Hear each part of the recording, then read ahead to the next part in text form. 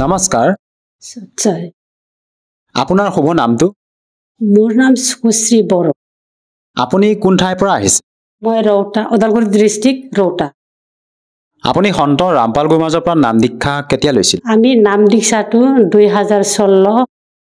নাহৰকুটীয়া 29 জুনত লোৱা হৈছিল আপুনি সন্ত ৰামপাল গুৰুমাজৰ পৰা নাম দীক্ষা লোৱাৰ আগতে অন্য কিবা ভক্তি সাধনা কৰিছিল নে মই এনে মা দেউতা ঘৰত মানে শিৱ এনেকে পূজি থকা আছিল শিৱ পূজা কৰি থকা আছিল বিয়া হোৱাৰ পিছত মানে আমাৰ হাজবেণ্ডটো মানে কিবা বেলেগ মানে এন্তৰ বাথু ধৰ্ম কিবা কিবি পূজা কৰি থকা আছিল না এইটো ময়ো কৰিছিল আৰু আপুনি যেহেতু আপোনাৰ বড়ো সম্প্ৰদায়ৰ সমাজত প্ৰচলিত পৰম্পৰাগত ভক্তি সাধনা আপুনি কৰি আছিল তেনে ক্ষেত্ৰত আপুনি সন্ত ৰামপাল গুৰুমাজৰ শৰণলৈ কিয় আহিব লগা হ'ল এইটোৱে আৰু মানে যেমান আমাৰ বাথু ধৰ্ম বাথু পূজা কৰিলিও শিৱ পূজা কৰিলিও মানে আমি বেমাৰ আজাৰৰ পৰা শান্তি পোৱা নাই আৰু ঘৰৰ মানে এজনৰ পৰা এজনৰ পৰা এজন ঠিক হ'লে আকৌ এজন হয় এজন ঠিক হ'লে আকৌ এজন হয় মানে ইয়াৰ কাৰণে আমি ভাবিছো কোন এটা ভগৱান মানে ভক্তি কৰিলে জীৱনৰ শান্তি হ'ব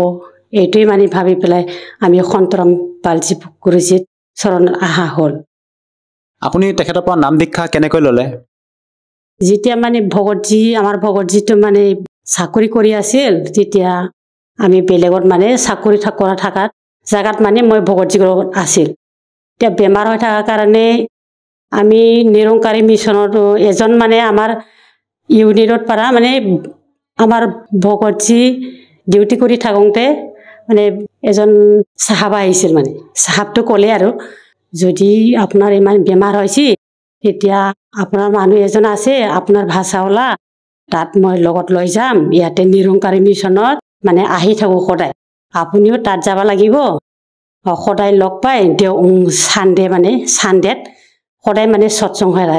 সৎসং হৈ থাকে বুলি আমাক লৈ গ'ল আৰু নিৰংকাৰী মিছনত তেতিয়া আমি নিৰংকাৰী মিছনত 6-7 মাহ তেনেকে থাকিছিল ভক্তি কৰি আছিল তথাপি আমি ভাল পোৱা নাই লাষ্টত এজন আৰু ভগত লগ পালে মই আৰু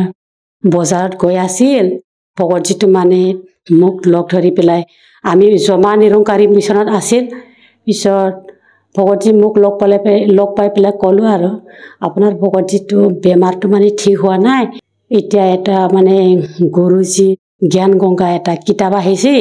এইটো কিতাপটো চাই পেলাই ভগতজীৰ মানে পঢ়িব দিয়ক তেনেকে ক'লে আৰু পিছত মই কিতাপটো মোক হাতত দিলে ভগতজীত আনি দিয়া হ'ল নাম দীক্ষা পিছত ক'ত ল'লে আপোনালোকে আমি নাম দীক্ষাটো 2016 নাহৰকুটীয়া 29 জুনত লোৱা হৈছিল আৰু আপোনাৰ যিবিলাক সমস্যা আছিলে আপুনি পূৰ্বতে যিবিলাক সাধনা কৰি আছিলে তাৰ দ্বাৰা আপুনি কোনো ধৰণৰ লাভ পোৱা নাছিলে আপোনাৰ মানুহজনৰ যি সমস্যা আছিলে বেমাৰ আছিলে তাৰ পৰা এতিয়া বৰ্তমান পৰিত্ৰাণ পালেনে আপোনালোকে এতিয়াতো গুৰুজীৰ কৃপাত আমি এতিয়া চবে মানে লাভ পাই আছো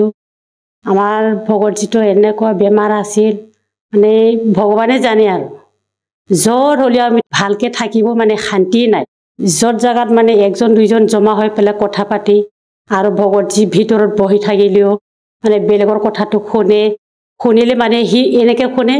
যিমান ভাল কথা পাতিলেও মানে এনেকে উল্টা শুনে যে সেই মোক কাটিব বোলে 2টা বজাত মোক ক'তবা লৈ যাব বোলে এনেকে মানে উল্টা শুনি থকা আছিল আৰু পিছত জ্ঞান গংগা কিতাপটো পঢ়ি পেলাই লাষ্টত জ্ঞান গংগা কিতাপটো পঢ়ি পেলাই মানে নামটো লোৱা হ'ল পিছত আমি ভক্তি কৰি থাকোঁতে মানে লাহে লাহে ঠিক হৈ গ'ল এতিয়াও মানে পুৰা ভাল হৈ গৈ আছে আৰু আপোনাৰ মানুহজন যি মানসিকভাৱে মানে ৰোগগ্ৰস্ত আছিলে তেওঁ যি মেণ্টেলিটিৰ সমস্যা আছিলে তাৰ বাবে আপোনালোকে ডক্টৰৰ কাষলৈ গৈছিল নে আমি ডক্টৰ দেখালো কবিৰাজ দেখালো সব জায়গাত আমি ঘূৰি ফুৰি মানে 2014ত বেমাৰ হৈছে 2014 আৰু 15 এই 2 বছৰটো আমি কালি কবিৰাজ ডক্টৰ পাছত আমি গৈ আছে তথাপি আমি ভালে হোৱা নাই পিছত 2015তে আমি অৰুণাচল আলঙত মানে যেতিয়া চাকৰি কৰিছিল আমাৰ ভগতজী তাত যাওঁতে মানে এই ভগতজীয়ে মানে আমাক ৰক্ষা কৰা হ'ল আপুনি যেহেতু সন্ত ৰামপাল গুৰুমাজৰ পৰা নাম দীক্ষা লোৱাৰ পিছতে বিভিন্ন প্ৰকাৰে লাভ পাইছে আপোনাৰ মানুহজনৰ যি মেণ্টেলিটি সমস্যা আছিলে তাৰ পৰা পৰিত্ৰাণ পালে আপোনাৰ মানুহজনে লগতে আপুনিও বিভিন্ন ধৰণৰ লাভ পাইছে ইয়াৰ উপৰিও আপুনি আৰু অন্য কিবা লাভ পাইছেনে মানে মোৰো এনেকৈ কেতিয়াবা কেতিয়াবা আগত মানে একবাৰ ডায়েৰিয়া বেমাৰ হৈছিল মোৰ এই ডায়েৰিয়া বেমাৰটো মানে একবাৰ বহুত ডাঙৰ হৈ পেলাই আকৌ মানে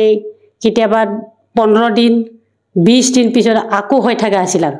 আমি আৰু সন্তৰাম পালজী গুৰুজীৰ পৰা নাম দিছা লয় এইটো মানে এইটো বেমাৰো মানে মোৰ পৰা এতিয়া নাই আপোনাৰ যে ডায়েৰিয়া বেমাৰ আছিলে সেই চিকিৎসা আপুনি ডক্টৰৰ কাষলৈ গৈ কৰিছিল নে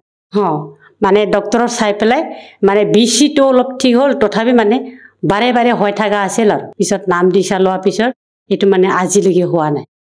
সঁচাকৈ এইটো এটা আচৰিত কথা যিটো বেমাৰ নেকি ডক্টৰে ঠিক কৰিব পৰা নাছিলে আপোনাৰ ডায়েৰিয়াৰ দৰে যি মাৰাত্মক ৰোগ কিন্তু সন্ত ৰামপাল গুৰুমাজৰ পৰা নাম দীক্ষা লোৱাৰ পিছতে আপোনাৰ সেই ডায়েৰিয়াৰ দৰে মাৰাত্মক ৰোগৰ পৰা আপুনি পৰিত্ৰাণ পাইছে এইটো আচলতে কেনেকৈ সম্ভৱ আপোনালোকক সন্ত ৰামপাল গুৰুমাজে এনেকুৱা কি ভক্তি বিধি দিয়ে যাৰ বাবে নেকি আপুনি এনেদৰে লাভ পাইছে মানে সন্ত ৰামপালজী আমাক শাস্ত্ৰবিধি অনুকূল ভক্তি দি ইয়াৰ কাৰণে আমি লাভ পাই আছো যেহেতু আপুনি সন্ত ৰামপাল গুৰুমাজৰ পৰা নাম দীক্ষা লোৱাৰ পিছতে আপুনি বিভিন্ন প্ৰকাৰে লাভ পালে আজি আপুনি নিজে মত ব্যক্ত কৰিলে আমাৰ দৰ্শকসকলৰ সন্মুখত যিসকল দৰ্শকে আজি আপোনাক টিভি স্ক্ৰীণত প্ৰত্যক্ষ কৰি আছে আপুনি তেওঁলোকক কি বাৰ্তা দিব বিচাৰে যাতে তেওঁলোকেও আপোনাৰ দৰে উপকৃত হ'ব পাৰে বাৰ্তাত মানে মই কি ক'ম মানে মই যে আগত ইমান বেমাৰ আজাৰত পৰি আছিল য'ত গ'লে আমি ঠিক পোৱা নাই বেমাৰ আজাৰ ঠিক হোৱা নাই লাষ্টত সন্ত ৰামপালজী গুৰু মহাৰাজজী চৰণত গৈ পেলাই এতিয়া চবে মানে বেমাৰ আজাৰ ঠিক হৈ পেলাই চবে ঠিকেই আছে আৰু বেমাৰ আজাৰৰ পৰা আমি ঠিক হৈ গ'ল চব মানে অলপ সুখ শান্তি হৈ গ'ল এতিয়া মানে আপোনালোকেও চবে মানে সন্ত ৰামপালজী গুৰু মহাৰাজ কি চৰণত গ'লে ভক্তি কৰি থাকিলে মানে আমাৰ নিচিনা আপোনালোকেও লাভ পাই যাব যদিহে কোনো লোকে সন্ত ৰামপাল গুৰুমাজৰ পৰা নাম দীক্ষা ল'ব বিচাৰে কেনেকৈ ল'ব পাৰিব মানে আজিকালি চবৰে হাতত মানে মোবাইল ফোন থাকে মোবাইল ফোনত মানে সন্ত ৰামপালজী মহাৰাজত সাৰ্চ কৰিলে মানে সন্ত ৰামপালজী সৎসং আহে মানে সৎসং তলত মানে নম্বৰ আহি যায় এই নম্বৰত মানে ফোন কৰি পেলাই ওচৰত মানে য'ত মানে নাম দীক্ষা কেন্দ্ৰ আছে তাত যাই পেলাই নাম দীক্ষা ল'ব পাৰে ধন্যবাদ থাকিল সৎ